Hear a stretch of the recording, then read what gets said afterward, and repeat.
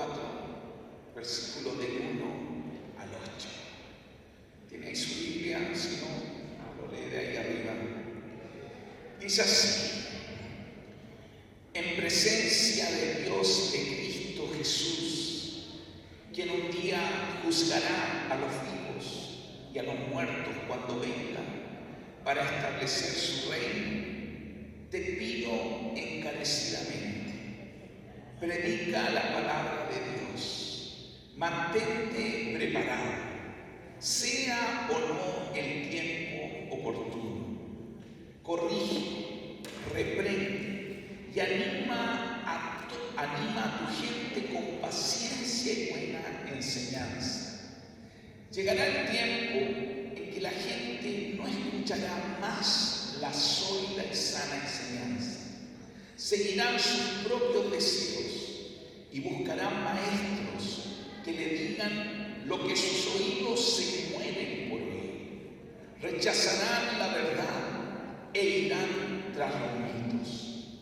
Pero tú debes mantener la mente clara en toda situación. No tengas miedo de sufrir por el Señor. Ocúpate en decirles a otros la buena noticia y lleva a cabo todo el ministerio que Dios te dio. En cuanto a mí, mi vida ya fue derramada como una ofrenda a Dios. Se acerca el tiempo de mi muerte. He peleado la buena batalla, he terminado la carrera y he permanecido fiel. Ahora me espera el premio, la corona de justicia que el Señor, el juez justo, me dará el día de su regreso. Y el premio no es solo para mí, sino para todos los que esperan con anhelo su venida. El premio que el Señor tiene para todos nosotros, para todos sus hijos, no es solo un premio material, sino es la vida eterna, es vivir con Él eternamente. Dice la palabra del Señor que, otra versión dice, los que amamos su venida, para todos los que amamos su venida, es este premio. Ahora, esta carta, que es una carta de despedida, no sé si usted nota el tono. Pablo, terminando su ministerio estando en Roma, y aunque él pensaba, todavía tenía mucho anhelo por conquistar, él sabía que hasta los confines de la tierra tenía que llegar el mensaje para que Cristo regresara. Y él pensaba que los confines de la tierra estaban en España. Y él, en una de sus cartas, dice: quiero llegar a España. Pero no llegó a España, porque quedó preso en Roma. Y al despedirse de su discípulo, de su hijo amado, él escribe estas palabras. Y por eso le dice y declara algo muy concreto, que muchos de nosotros pueden pensar que es una utopía, que es solo un mensaje no tan cierto, como Pedro en otra carta dice que algunos tienen por tardanza la venida de Cristo. Pero en realidad esto es el mensaje concreto del Señor. Cristo regresará. Dice amén. Cristo volverá por su novia, por su iglesia. Y Cristo volverá a juzgar a los vivos y a los muertos. Dice amén. Eso es nuestra esperanza, la esperanza de los cristianos. Por eso creemos en la vida eterna, por eso creemos en la resurrección de los muertos y creemos que toda rodilla se doblará y toda lengua va a confesar y todo ojo le verá cuando Cristo regrese. Y Pablo por eso insta a Timoteo diciéndole: Timoteo, yo me tengo que ir, pero tú tienes que saber esto, que Cristo regresará, que Cristo volverá, que Cristo regresará a juzgar a los vivos y a los muertos. Y mientras esperas, porque eso le está diciendo, yo estoy parafraseando aquí esta carta, pero si usted la vuelve a leer después en su casa, me imagino si la nota o después si lee esta grabación, tiene que volver a ver, le está diciendo, pero mientras te espero, hay una canción que nosotros decimos, ¿cierto?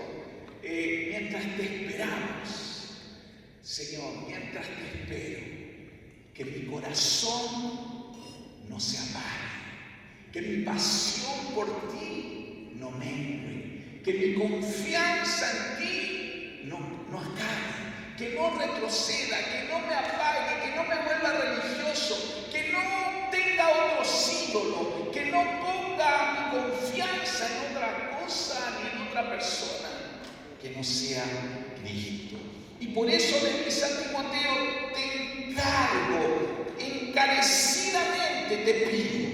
Lo primero, predica la palabra, predica, extiende el reino, la buena noticia del reino de Dios. Por eso hablábamos la semana pasada que las características del compromiso con Cristo son, ¿cuáles son? Conocer a Dios, odiar el pecado y estar comprometidos con la gran comisión, extender el reino, ir y hacer discípulos.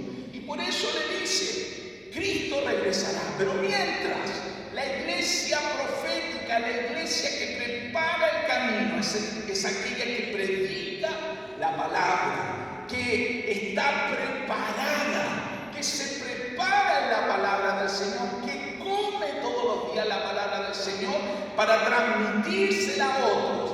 Y Pablo le dice a Timoteo, sea el tiempo oportuno o no, predica. ¿Quieres animar al que está al lado tuyo y decirle, predica? Predica. Si somos esa iglesia que en el corazón le está diciendo a Dios Maranata, si somos esa iglesia profética, tenemos que ser iglesia que predica a tiempo y fuera de tiempo. Pero también dice Timoteo, tienes que animar, corregir con la sana doctrina, con la palabra fiel, porque llegará el tiempo, dice, él está hablando de un futuro, llegará el tiempo donde habrá muchas corrientes de doctrina, donde la sana doctrina se perderá, donde habrá muchos que quieran escuchar cosas solo bonitas, que quieran escuchar solo cosas que le agradan, no la cruz, no el caminar, no el renunciar, no el arrepentirse, no el tener otro ídolo, no el reino de Dios. Por eso la palabra de Dios es la palabra profética segura. Y la palabra profética dice que la profecía es dar un testimonio cierto, correcto, de Jesucristo como Rey, como Señor. Por eso aún Jesucristo dijo que en los últimos tiempos, antes de que Él regresara, habría el amor de muchos por la maldad se apagaría, que muchos en los últimos tiempos se enfriarían, y aunque vendrían a las congregaciones, muchas congregaciones quizás tendrían mucha gente, pero gente que no es apasionada por el Rey, gente que no lo pone en primer lugar al Rey, gente que no lo busca en la semana, que no deja que el gobierno de Dios esté en su vida, que Dios no es lo primero, que Dios parece que solo es como un genio mágico, el genio de la lámpara. Cuando estoy mal, froto la lámpara y le pido un deseo. Diosito, Diosito, quiero un deseo. Pero nosotros no estamos para pedirle deseos a Dios. Estamos para hacer la voluntad de Dios. Dios dice que si yo busco primeramente su reino y su justicia, entonces Él va a añadir todas las cosas. La prioridad no soy yo, la prioridad no son mis necesidades, la prioridad es Él, es Él. De Él es todo. Por eso decimos, Él no necesita que nosotros lo exaltemos, Él ya está exaltado. Él es el Señor, Él está sentado a la diestra y Él volverá por su iglesia. Y por eso Pablo le dice, la sana doctrina, la palabra. Por eso cantamos y tenemos que cantar la palabra. Por eso animo a los papás que los hijos canten la palabra.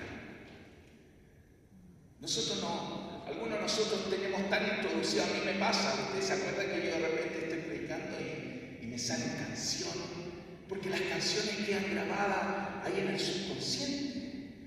Mi mamá me hacía escuchar a Rafael cuando era niño, y de repente me sale, o empiezo a gritar aquí con un santo, por mi mamá, ¿cierto? Como Leonardo Fabio, ella. ¿Cierto? Le puedo cantar muchas, no me la sé completa, pero están en mi subconsciente. ¿Por qué? Porque la escuché desde pequeño.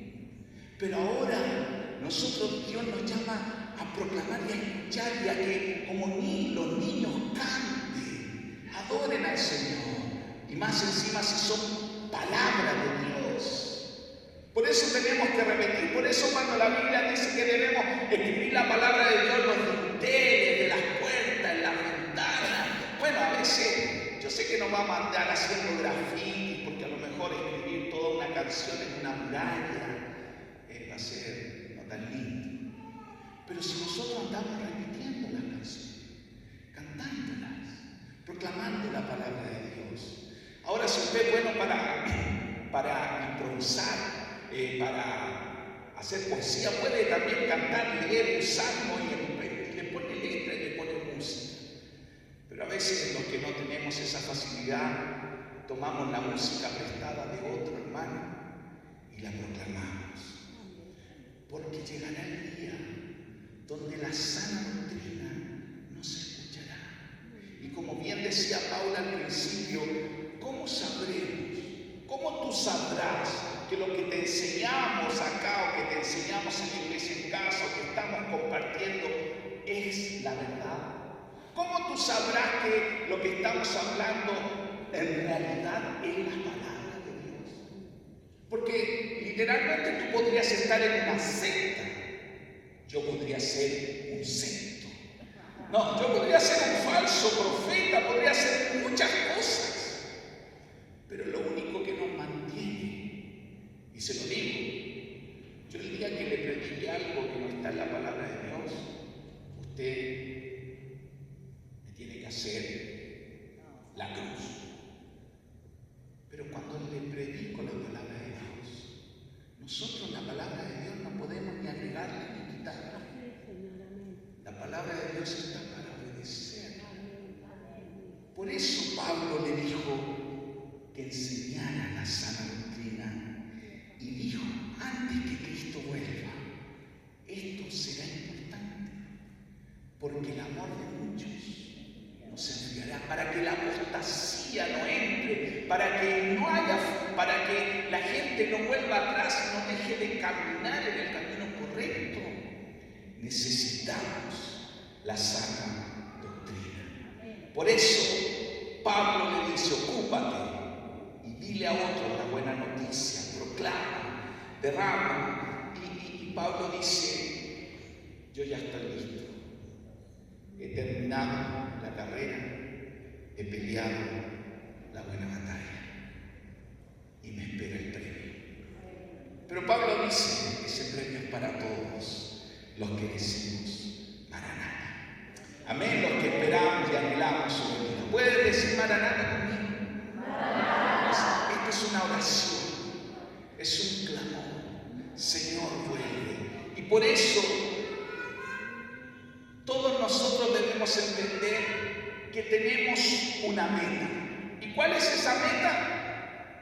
Llegar cuando Cristo vuelva a ser esa iglesia que espera a Jesús, esa iglesia que se ha ataviado, esa iglesia que lo espera con un vestido limpio, planchadito y bonito.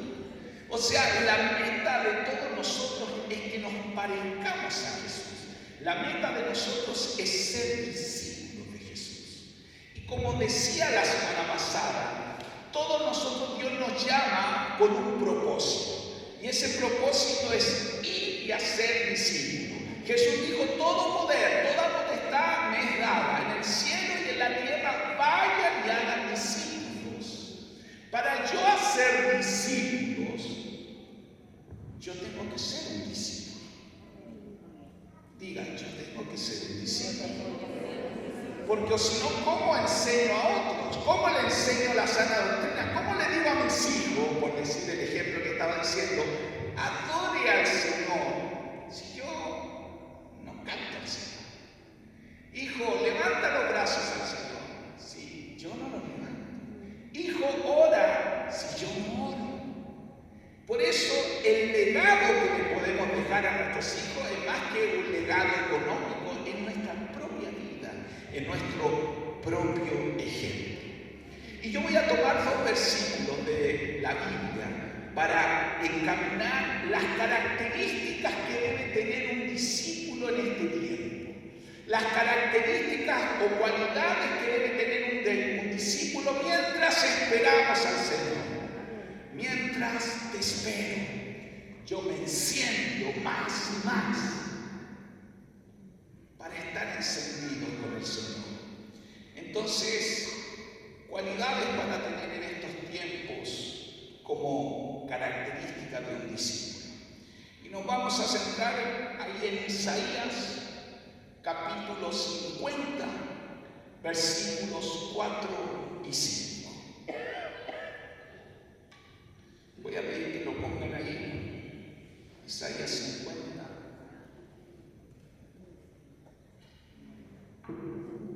Y dice así: mi Señor y Dios me ha concedido tener una lengua instruida para sostener con mi palabra al fatigado. Todas las mañanas me despierta y también me despierta el oído para que escuche como los discípulos. El Señor y Dios me ha abierto los oídos y no he sido rebelde ni me he vuelto atrás. Amén. Entonces, 5 características o cualidades de un discípulo que debe tener en este tiempo.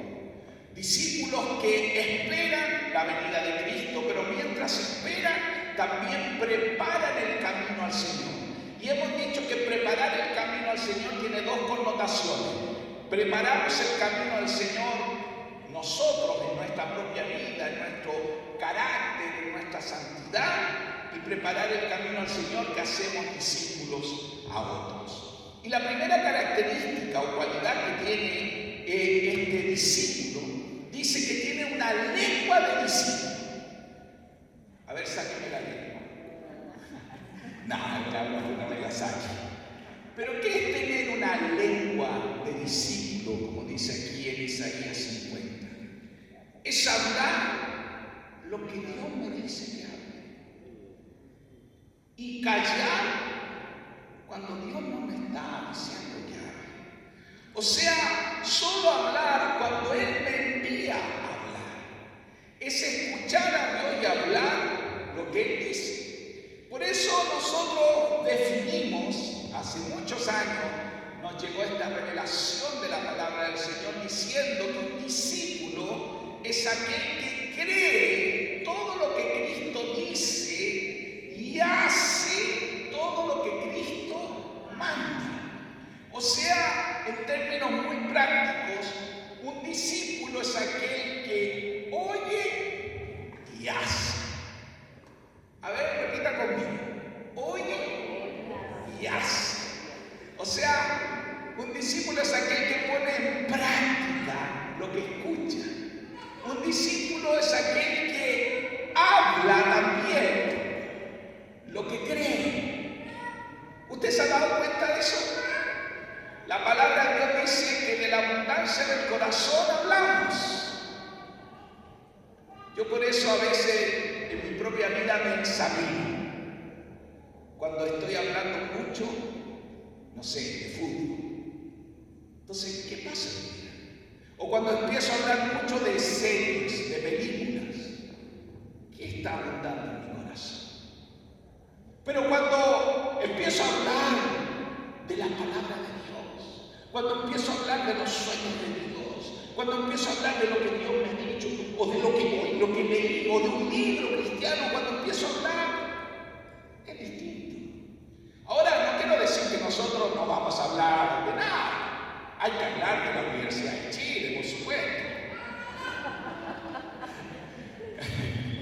No, pero la verdad es que uno habla de otros temas. Podemos hablar, no sé, oye, ¿viste esta noticia? Comentamos, porque obviamente tenemos que tener, no sé, temas. Sobre todo cuando hablamos con gente que no tiene nuestra fe, tenemos que crear puentes para hablar. Temas comunes, saber un poquito, de todo un poquito. Y si no sabemos, como decía alguien, lo inventamos. No tenemos que inventar nada, tenemos que ser chamuyentes. O sea, si no sabemos qué tenemos que decir, no sé. A mí a veces me dicen, pastor, ¿y usted sabe esto? Y a veces uno tiene la tendencia para no quedar mal, o me pasa a mí nomás. Es como a veces mandarse el chamullo. Pero la verdad es que no. Si uno no sabe qué tiene que decir, no sé. Pero para eso tenemos que también irnos interiorizando y conociendo. Pero lo que más tenemos que conocer es la palabra del Señor. Porque a esto Dios nos ha llamado. Por eso Pablo le dijo a Timoteo, te encarezco encarecidamente. Es urgente que tú prediques la palabra de Dios, la sana doctrina a tiempo y fuera de tiempo. Y aquí Isaías dice que la característica de un discípulo es tener esto, una lengua de discípulos, aquella que habla cuando Dios le dice que habla y calla cuando Dios también le llama a callar. Por eso hablamos lo que creemos. Amén. Un discípulo habla lo que cree. No se puede, pastor. No, y hablamos. No, es difícil.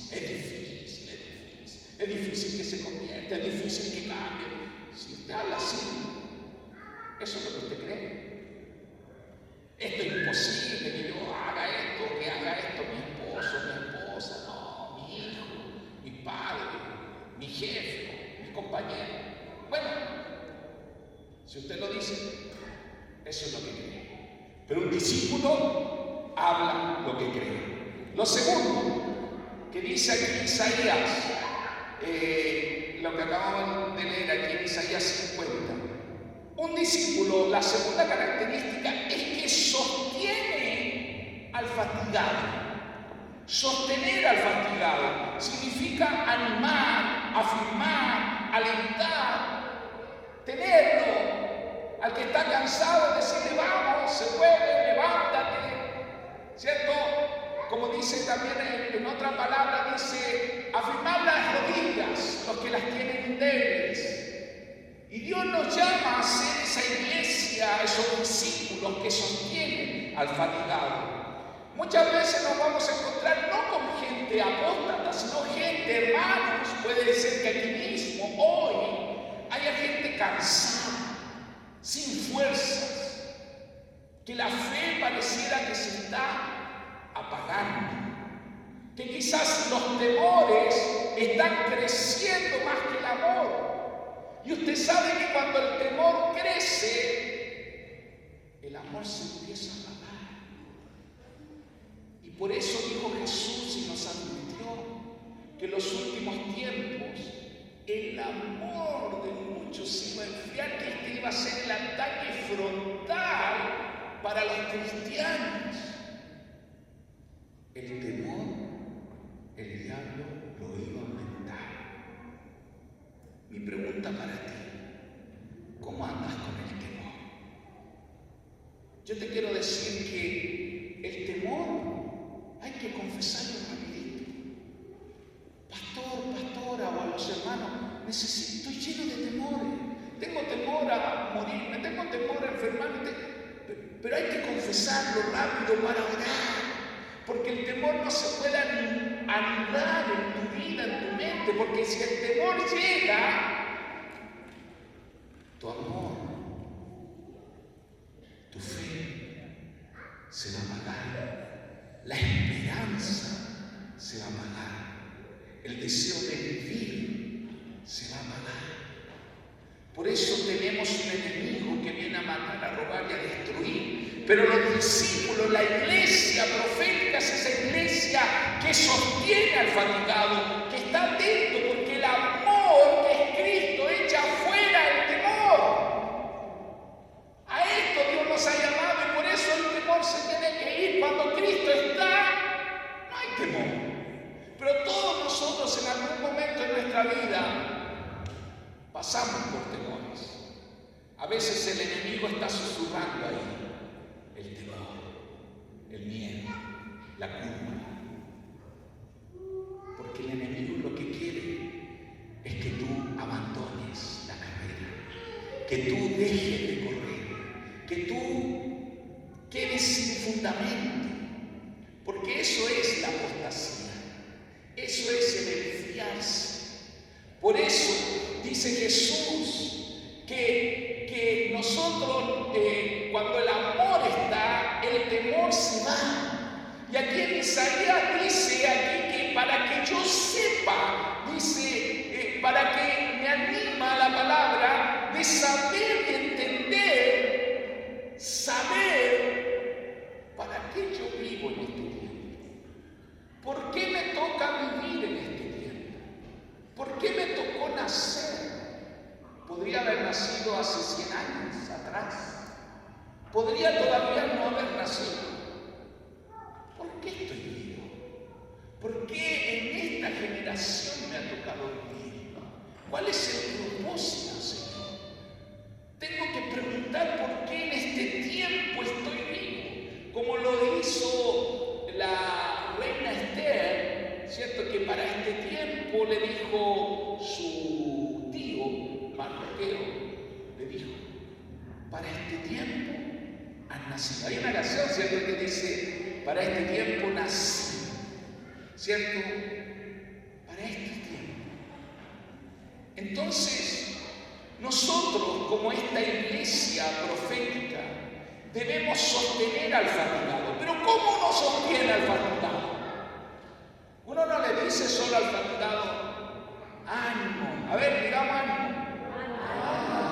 Bueno, con ese ánimo. A ver, digamos un ánimo bueno. ¡Ánimo! ¿Cierto? A veces uno dice ánimo, ánimo. Y las personas nos miran, ¿qué es ese ánimo? Y a veces hay un dicho, ¿cierto?, que con guitarra es otra cosa, ¿cierto? Decimos. Y a veces solo el decir ánimo, solo decir que todo va a cambiar, no basta. ¿Qué es lo que realmente anima, hermanos? ¿Qué es lo que realmente pone fundamento en la vida de una persona? Es la palabra. Entonces, si yo quiero animar a alguien, primero le voy a decir, voy a orar. Y mientras oro, le voy a decir, Señor, dame una palabra.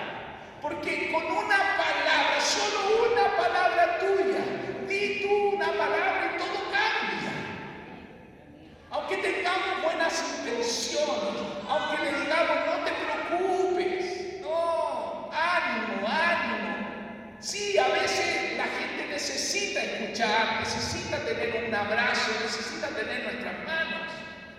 Pero nosotros nos vamos y dejamos a esa persona quizás muchas veces con su realidad, con lo que está viviendo, con su situación dolorosa, triste, quizás nosotros mismos acá. Pero lo que va a cambiar y lo que es sostener realmente al fatigado es cuando le damos una palabra. Y cuando digo una palabra, es una palabra que el Señor nos dio y hablamos. Y le decimos, así dice el Señor en su palabra, no temas ni desmayes, porque el Señor Dios está contigo. ¿Sabes qué? Esto me lo puso en el corazón y te lo digo. Pero es en la palabra, no es mi palabra, es la palabra de Dios que es más cortante, ¿cierto? Por eso lo importante, hermanos, y a esto lo que tenemos que quizás examinarnos, decirle al Señor, ¿Qué estoy hablando yo en este tiempo? ¿Qué hablo con mis compañeros, con el fatigado, con los hermanos? ¿Qué estoy diciendo? ¿Cuál es mi tema? ¿Qué sale de mi boca? ¿Digo palabras de aliento y fe? ¿Digo palabras de esperanza, de ánimo, de fuerza? ¿Estoy proclamando la palabra de Dios? Y para eso, para proclamar la palabra de Dios, adivinen qué tengo que hacer. Leer la palabra de Dios. ¿Cómo voy a decir la palabra de Dios? Algunos piensan que la Biblia dice, y a veces decimos a algunos, mira, al que madruga, y decimos dicho, al que madruga Dios le ayuda. ¿Dónde dice eso en la palabra? No lo dice. Ahora, obviamente todos sabemos que Dios no le gusta la pereza. Así que los que se están levantando a la 1 de la tarde, a las 12 de la tarde, no está bien. Ahora, las vacaciones, no entiendo, ya se acaban las vacaciones. Entonces, hermano, tenemos que proclamar.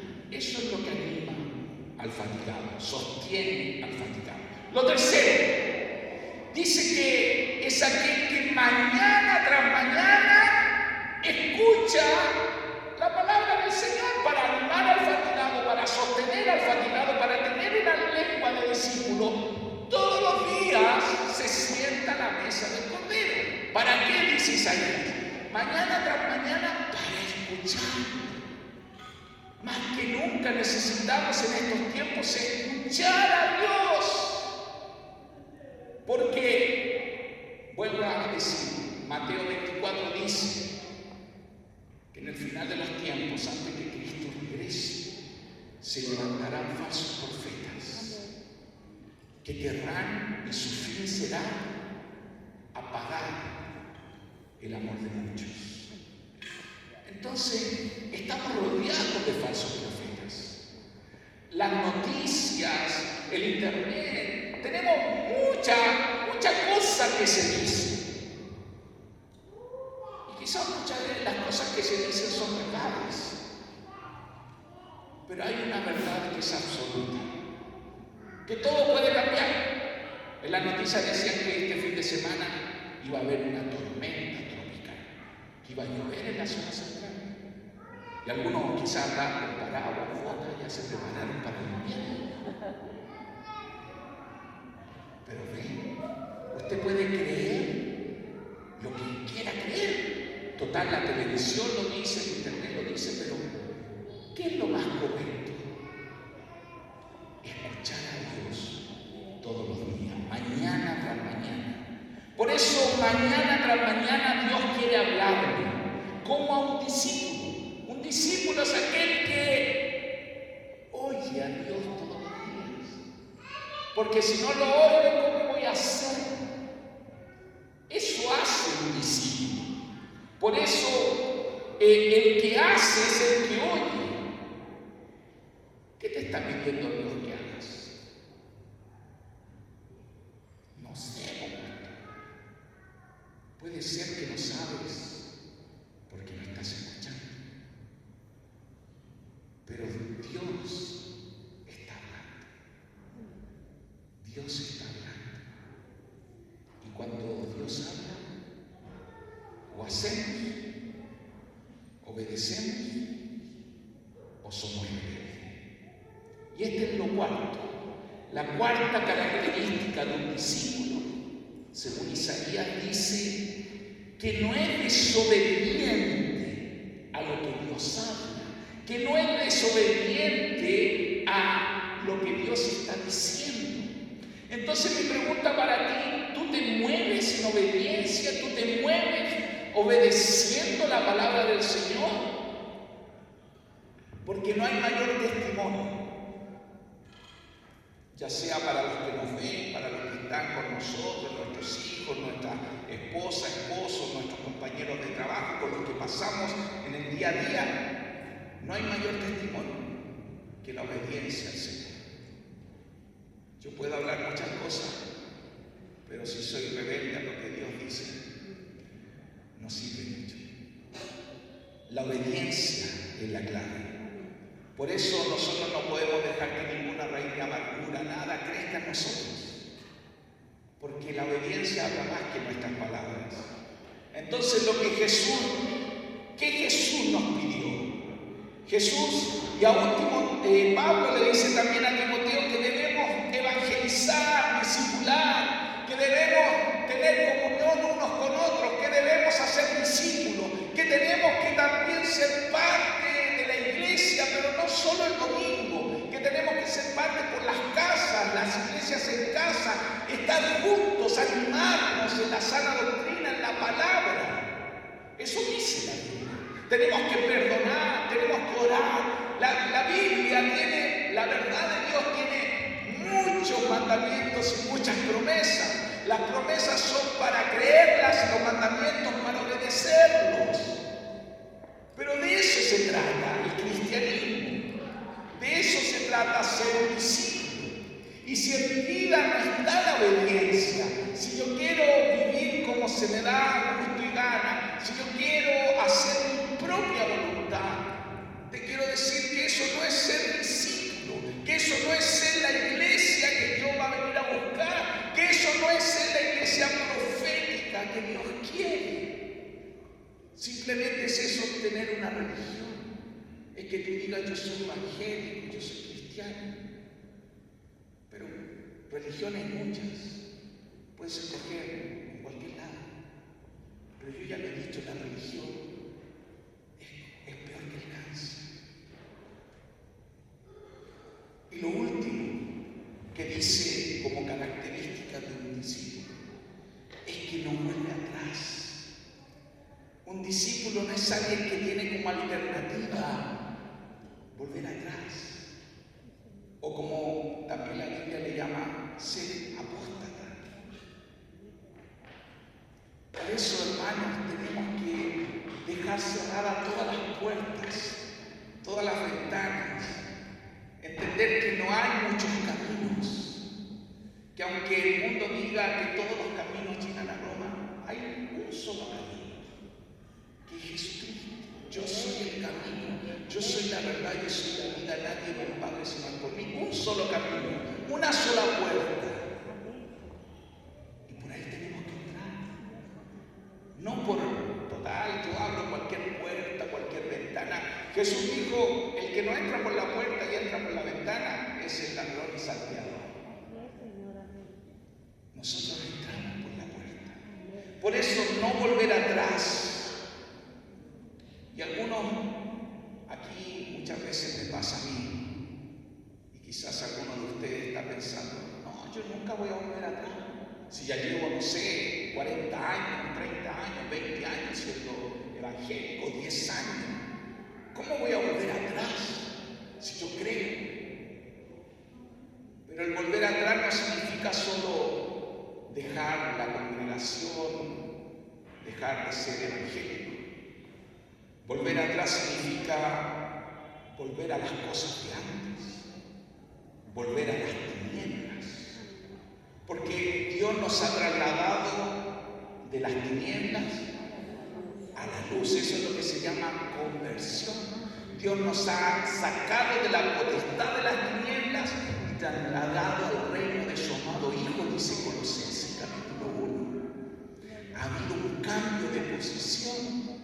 Y cuando nosotros, voy a hacer el paso de Michael Jackson, queremos volver atrás, significa que cuando yo vuelvo a la mentira,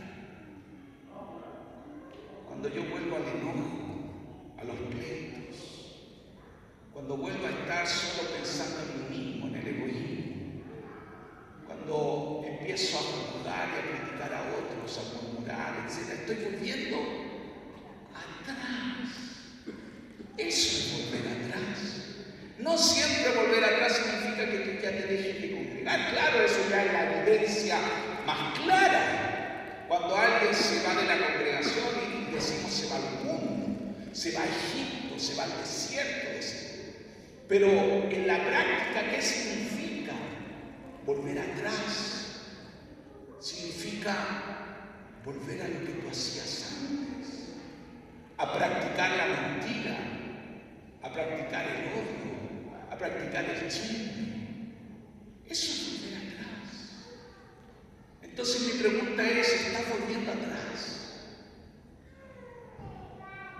Antes éramos tacaños, egoístas, y ahora eres generoso. Por eso, un discípulo es alguien que no vuelve atrás. Y para concluir, leemos ahí en Hebreos capítulo 10, del verso 32 al 39, dice: acuérdense de los primeros tiempos, cuando recién aprendían acerca de Cristo. Recuerden cómo permanecieron fieles, aunque tuvieron que soportar terribles sufrimientos. Algunas veces los ponían en ridículo públicamente y los golpeaban. Otras veces ustedes ayudaban a los que pasaban por lo mismo. Sufrieron junto con los que fueron metidos en la cárcel. Y cuando a ustedes les quitaron todos sus bienes, lo aceptaron con alegría. Sabían que en el futuro les esperaban cosas mejores, que durarán para siempre. Por lo tanto, no desechen la firme confianza que tienen en el Señor. Tengan presente la gran recompensa que les traerá. Perseverar con paciencia es lo que necesitan ahora para seguir haciendo la voluntad de Dios. Entonces recibirán todo lo que Él ha prometido, pues dentro de muy poco tiempo aquel que viene vendrá sin demorarse. Mis justos vivirán por la fe, pero no me complaceré con nadie que se aleje. Pero nosotros no somos de los que se apartan de Dios hacia su propia destrucción. Somos los fieles y nuestras almas serán salvas. El escritor de Hebreos animaba a la primera iglesia que estaba en medio de una persecución, en medio de los más grandes sufrimientos, donde todo un imperio los perseguía, donde sus hermanos judíos los perseguían, donde todo el mundo los odiaba. Pero él les dijo: recuérdense, miren aquel que prometió que volvería. Los justos por la fe van a vivir, pero no son de los que retrocedemos, sino de los que perseveramos, mirando a aquel que volverá, anhelando su venida, diciéndole Maranata, diciéndole que mientras le esperamos, aquí estamos, trabajando en su obra, pidiéndole que Él nos transforme, que Él nos cambie, que mientras le esperamos nuestro corazón se apasiona, se anhela, crece y no nos desanimamos. Porque nosotros no somos de aquellos que tienen por tardanza la venida de Cristo, sino que sabemos que es paciente. Dios es un Dios paciente, porque no quiere que ninguno perezca, sino que todos procedan al arrepentimiento. Amén. Póngase